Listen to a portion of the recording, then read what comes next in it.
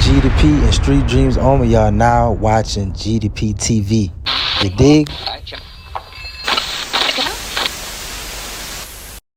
Workout in, cause that's for like my depression.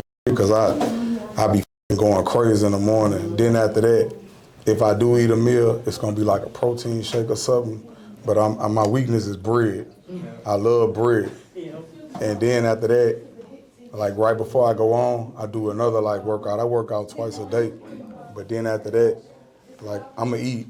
I usually only eat like when the sun in the middle, like so to keep up with my circadian rhythm. But because I'm on stage, like an hour and a half, just jumping up and down nonstop, pure energy, I wait and eat like I'm gonna eat when I leave. Get my interviews out the way. You ever ate something and then got tired? Well, Once you eat, your body got three different phases to go through. It go through ingestion, it go through digestion. You wake up in the morning, your tongue be white, it's cleansing. You're not supposed to eat in the morning. You only eat one meal a day. Wow. But anyway, not to cut you off of them, but then my experiences. Nah, but I like that you said that, you know, and for people that don't know. Forgive me, big brother, I just... Nah, I like that you just went into it, and for people that don't know, we on Kevin Gates tour, we're in New Orleans they right now. never had been in an experience with me. Right. So I'm just showing them like what I do. Like that's even with this interview, like a person will say, why you on his platform? Because how you do anything is how you do everything. Right. It ain't about if he got a big name or a small name. It's about the energy that I'm helping people, because I never know who I'm helping with an interview by being authentically myself. And I want to tell you this too, Gates, like, you the first artist from Baton Rouge that New Orleans embraced. Like, Tell you a secret? That's real, bro. I can tell you a secret. What's up? I'm really from New Orleans. So you from Cross Canal? Because everybody say you Cross Canal. I'm from New Orleans, but I grew up in Baton Rouge. So what part of New Orleans you from? I'm from now the Ninth Ward, So like Canal. across the industrial canal. Yeah, Cross Canal, Lower Ninth Ward. Fat Yeah, Domino's the from. Lower Nine. Yeah, because they be bucking hard. They be like, man, Gates really from Cross. They ain't got no choice. Oh, bro, yeah. Dang, I mean, it'll be different if we ain't played that when we was children and earned that. We earned that. Right. Like my family, we something kind of serious. We earned it. How you feel too about that? You know, since Katrina, it still didn't really come all the way back. You know, a lot of black homeowners was Cross Canal and Lower Ninth Ward, and it's like even though it's been almost 17 years later, it still look bad in the Lower Ninth Ward. Like, what you feel about how they didn't even come back to like show love to that community? Because it's a black community. You want me to be honest? Yeah. To me, I hate to say this, because as much as I love, well, my grandmother dead now, but as much as I love her and miss her, like, because that's what her house at, like on Alabama Russia Blade, that lot right there, that's my grandmother. Facts. But it really, with all my cousins, I could see that it helped us. Like us leaving and moving around, it helped us. Because if we would have stayed, it ain't no telling what it would have been, because the only thing in our future was really death or jail. Louisiana got more people incarcerated than anywhere else in the country, like combined as a whole. Right. And like I raise awareness to that, like when you down here in Louisiana, this is a real gladiator school. Right. So for you to be doing anything that's kind of somewhat positive is a stretch, because it's designed for us to just fail. And that take me to my next question too, because I remember on the song, I think you said that your dad was Muslim and your mom was Christian. I always want to know, when you found Islam, was it when you was josing in prison? No, sir. How you became a Muslim? I was against it in prison too, because when I saw, on my early bids, I was against it. You josed a lot.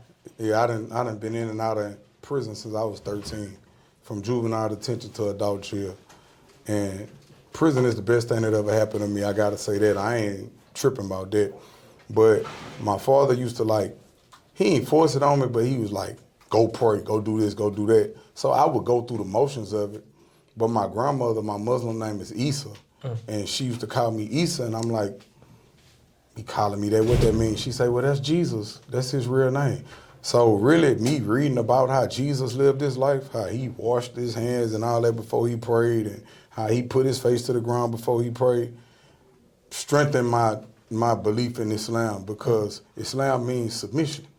And Jesus Christ submitted to the will of God. And I want to tell you too, my brother, during time with Lee Lucas. I hate to be religious or nothing, because I'm not, I feel like this.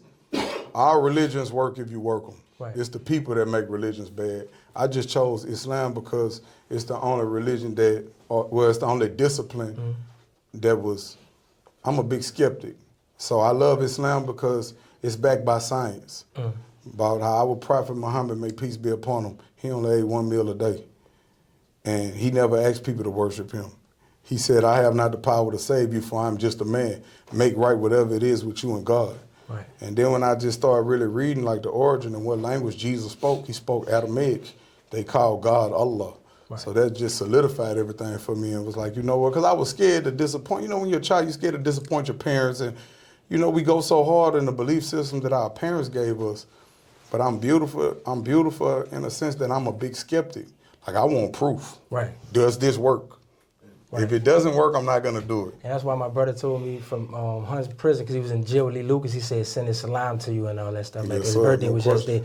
What, I want to shout out the Publicist too, Mama, because she tracked me down and stuff like that. And I know, like, New Orleans mean a lot to you.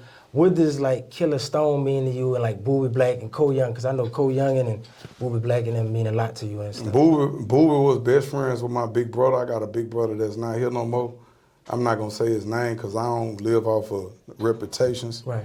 And Boobie been, I guess, with me since I was a child. He's somebody I always looked up to as a child. Like, I've been knowing him. I done lived everywhere because my mother had me at a very young age, so we done lived in everywhere you could live. Right, so everybody know me. Right. I just jokes a lot. Yeah. But I got his Boobie face tattooed on me twice. Like, he always believed in me since I was a child, and I really call him my guardian angel. Right. And as far as Stone, he's somebody that just always believed in me. You know, he the one who invented that word Woden, because his mama named Woden, so that's what he called his mama. But I don't want to get into all that because they be having dudes be having competition to see who the best. But you know. And the reason I asked you that because I seen on the stage you shouted him out. Now I know you always showing love on the stage and stuff like that. So I just wanted to say that. He the realest. Right. He from Mississippi, but they moved in the Magno. He the realest. Wow. The tour called Only the Generals. What make a great general to you, and why name it that? When you're a general, you at war with your soldiers. When you're a general, you a chief. You not just concerned and aid and assisting your soldiers with doing anything physical. You aid and assisting your soldiers mentally, physically, spiritually, metaphysically. If I see that one of my brothers or one of my sisters, she having some trouble psychologically or she having some trouble emotionally, or if I see one of my brothers and I sit back and I look, being a chief, you got to be able to look into the soul of everybody around you, and you got to be able to see yourself in everybody, every version of you. Because when you authentic with yourself, that allows you to see people for them. Like somebody that come in here with a bunch of tattoos on their face, society will tell us, stay away from him, he ain't right. But when you look into the eyes and the soul of that person, you may see something that's in you, and that's pain. Right. Going through a lot. He might just need a hug. He might just need to be seen. She just might need some words of encouragement. You know what I'm saying? This person over here might need hey, Kevin, I'm trying to get right. I go into the gym. I don't believe in judging. I believe in encouraging. I tell people, hey, if you just walked in the gym, you know what you did? Made a step. Hey, you committed the first act. If you walk in there, turn around, and go back to your car, and you do that every day for a week, you making progress. Now, next time you might get on the treadmill. You might get on the Stairmaster. Because it's a journey. It's not a destination. And that's what winners do. Winners do what it takes to be great, even when they don't feel like it. They do it like they love it, even when they don't feel like it. And I notice the days that I don't want to get out of the bed and I make myself go, those are the days that I get my best workout. So I done condition myself to, if it ain't rough, it ain't us. Right. Now, I know you got the album coming out called Ceremony. I know that's a celebration. What does that mean to you, and why name it, the ceremony? Yeah.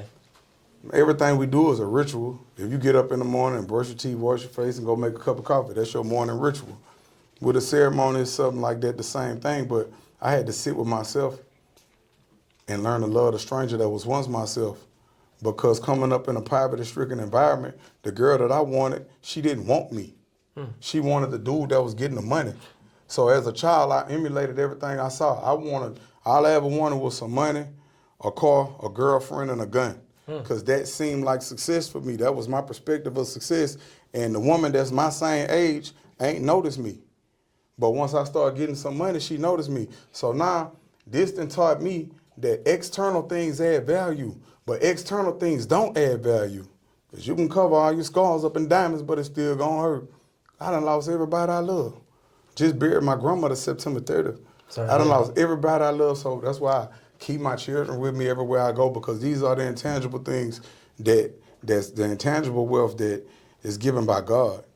The conversations I have with them is worth more than money and worth gold to be. It don't matter. So that's where I'm at with it right now. It's about the understanding, the internal. I'm not understanding nothing. I'm not standing under nothing. I'm not even humbled. I don't even say that word no more. I'm very respectful, but I'm not humble. Because I got to hold myself accountable, and I got to beat myself up and be hard on myself so the world can't fuck over me.